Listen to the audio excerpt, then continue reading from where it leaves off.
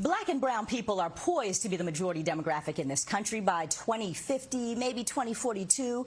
But it seems that right now we're still getting drowned out by a shrinking white extremist minority. Racist policies and laws from the local to the federal are being crafted with one thing in mind. It seems like just keeping us out of the conversation. Here to talk about how the black community can gain some power and flex some power and how we go about doing that is my friend Elie Mystal. Elie, welcome to Amplified. Thank you so much for having me. Congratulations on your new show. Thank you. Okay, so the reality is that demographics may not be destiny, as we just heard in the last segment. So here's the thing, though. I want you to break down to us, how is it that we have this minority rule in this country, even now, and how do we get over it? Well, Aisha, it was baked into the Constitution. It was baked into our apartheid founding document. Make no mistake about what the U.S. Senate is. It is a measure of minority white control over overwhelming majorities. Like, that is why it's structured that way. The two-person per state, as if land votes, right? The two-person per state, as opposed to by population rule, was there specifically because, I mean, if you look at the Great Compromise, the Connecticut Compromise at the Constitutional Convention, that was put in there so the slavers, which were in the minority of the country, could always protect and promote slavery against the majority of the country, right? Now, you fast forward 100 years after the Civil War, where we realized the kind of that our Constitution was so bad that it led to a shooting war less than 100 years after it was ratified. What did we do? We just rolled it back, right? If you look at what happened in, let's say, South Africa after apartheid, right? They didn't just take the Afrikaans Constitution and, like, put some window dressing on and be like, now also for black people. No. They rewrote the whole thing. They started from scratch. They had a new constitutional convention with all of the people represented it, and they wrote a new document. That ain't what we did. We kept the old slavers' constitution, you know, slapped on a couple of amendments and called it all good. And it is that nightmare of a constitution, that nightmare of a Senate, that we are still trying to free ourselves from, to wake ourselves up from, and to free ourselves from. You are talking about the need for some really deep structural change to get at that, though, right? If we're going to amend or modify the Constitution, if we're going to upend the foolishness that is the current operations of the Senate, like you said, where the majority of the members there are representing a minority of the population, that requires some really deep will on behalf of the United States. I don't know that we have it, and I think about that because of something that you've been tweeting so much about and writing so much about, and it's the Supreme Court.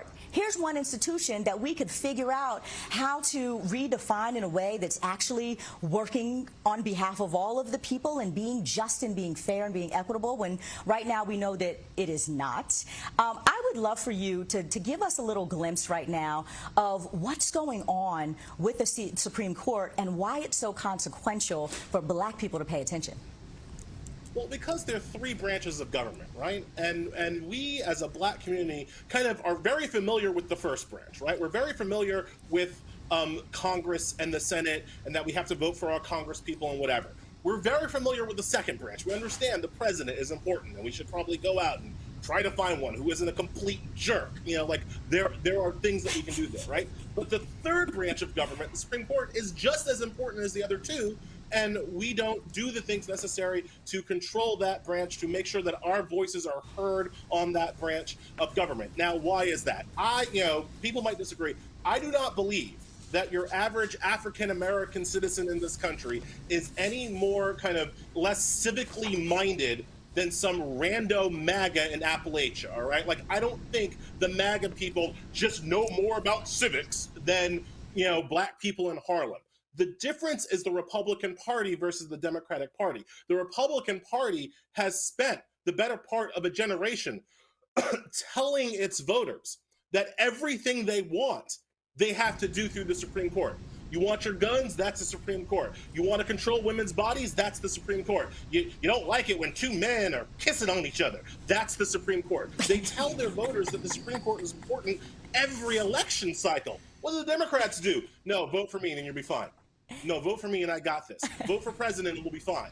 right? Like we only tell our voters that the elected officials are important.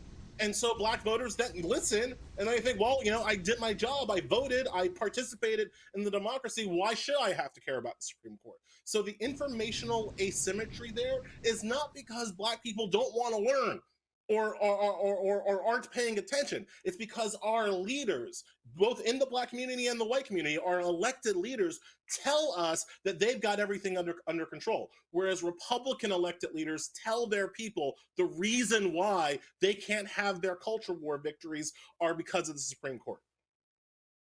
Because they were always fighting a culture war, and that's the only place they can fight it. Look, there was a time, though, we see that the Supreme Court throughout history giveth, and the Supreme Court also taketh away.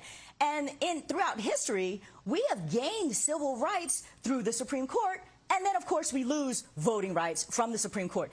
I am, remembering this quote that you actually said this weekend about how they just don't wear robes of white. Sometimes extremists wear robes also of black. And I wonder, why is it that the civil rights community doesn't think that way? Tell us that quote again and kind of explain what you meant by that. Yeah, so we were over the weekend we were talking about extremism, and a lot of times when we talk about extremists, we focus on the terrorists, we focus on the people who stormed the Capitol on January 6th, we focus on the MAGA people, right? But their corollary are on the Supreme Court. The Supreme Court right now are just as extremist in their legal views as your average punk terrorist is in their political views. It's hand in glove right now, and that is because that is how Republicans have designed them. All right, the current people on the Supreme Court, people like Neil Gorsuch and Amy Coney Barrett, these people were created specifically to do this job. They weren't born this way. They were trained this way from law school, and they hold beliefs that are completely beyond the pale of where kind of the center mass of the country is. The reason why people like Mitch McConnell wants to put those people on the court is that he knows that the court is unaccountable, right? So you can do things through the Supreme Court that you could never do through electoral politics because they're massively unpopular. And that wraps back around to this kind of misnomer that we have, I think, generally in the minority community, in the black community especially. We all remember the civil rights era, like you said, right? We remember the Warren Court and Brown v. Board of Ed and, Roe v. We remember these. That was like, well, we were like winning 30 some years, things. right? It was like 30 years where the Supreme Court was like decent. All the rest of the time, these are some Dred Scott decision.